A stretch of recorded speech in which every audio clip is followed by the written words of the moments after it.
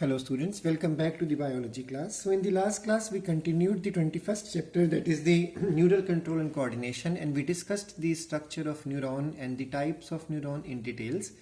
We learned in the last class that neurons are the structural functional unit of the nervous system, and each neuron is made up of cell body, dendron as well as axon. We learned in the last class that cell body is the widest portion of the neuron and it is variable in shape, and it carries the cell organelles which are typical to any eukaryotic cell, except centrioles are absent in the case of neuron. We learned in the last class that nasal granules, neurofibrils and neuroplasm is present inside the cyton, and the function of cyton is to receive the impulse from dendrites and then understand the information and transmit it to the axon. We learned in the last class that the thin portion which comes out as the cytoplasmic processes from the cell bodies are called as the dendrons or dendrites. We learned that they also carry nasal granules and neurofibrils, and their function is to pick up the impulse from the synapse and then conduct it to the cyton. We learned that axon is the longest process present in the neuron, and it carries the exoplasm and neurofibrils, but nasal granules are absent in the case of axon, and it comes out from the cyton from a portion called as axon hillock, and then the distal portion, the distalmost portion of axon forms the terminal arborization or is highly branched to form synaptic knobs, which carries the synaptic vesicles which are rich in neurotransmitter. The function of axon we learned in the last class is to receive the impulse from cyton and transmit it to the synapse so that it can go on to the next neuron. We learned some components also in the last class, that the ganglia is the neurons which are clustered in the peripheral neural system. Nuclei word is used for the neurons which are clustered in the CNS. Nerve fibers are the word used for the axons which are unsheathed. We'll be talking about the sheath today in the class.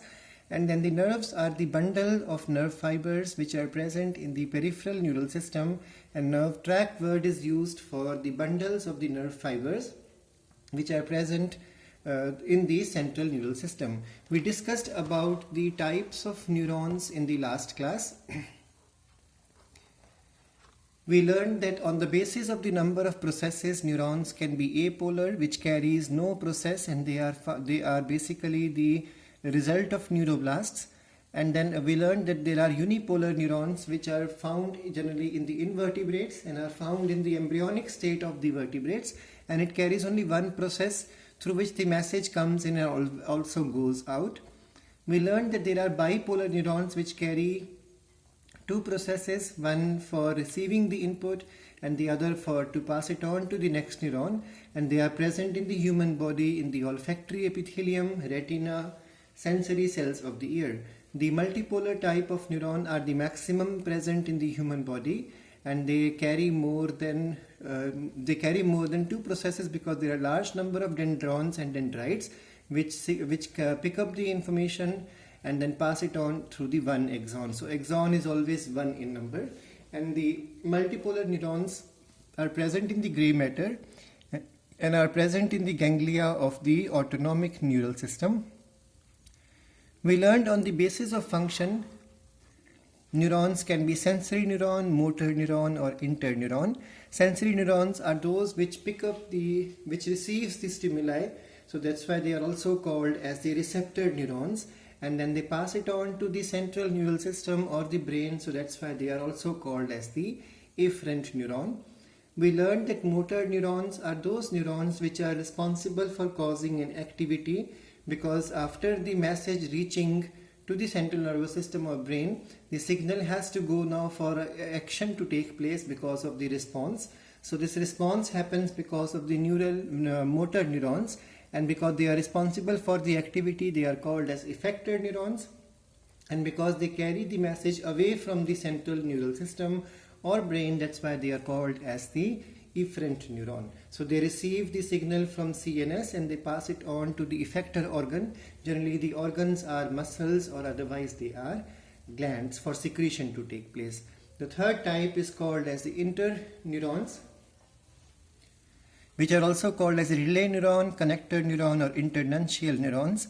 These neurons are supposed to integrate and analyze an input of the information, and then once it is done, they are supposed to distribute this information to the other parts of the nervous system. We learned that there are two types of interneurons or relay neurons possible. Association, or the second type, is called as the commissural type. Those neurons which pass on the information towards the same side are called as the association neurons, and those which pass it on to the opposite sides are called as the commissural neurons. So this much we covered in the last class.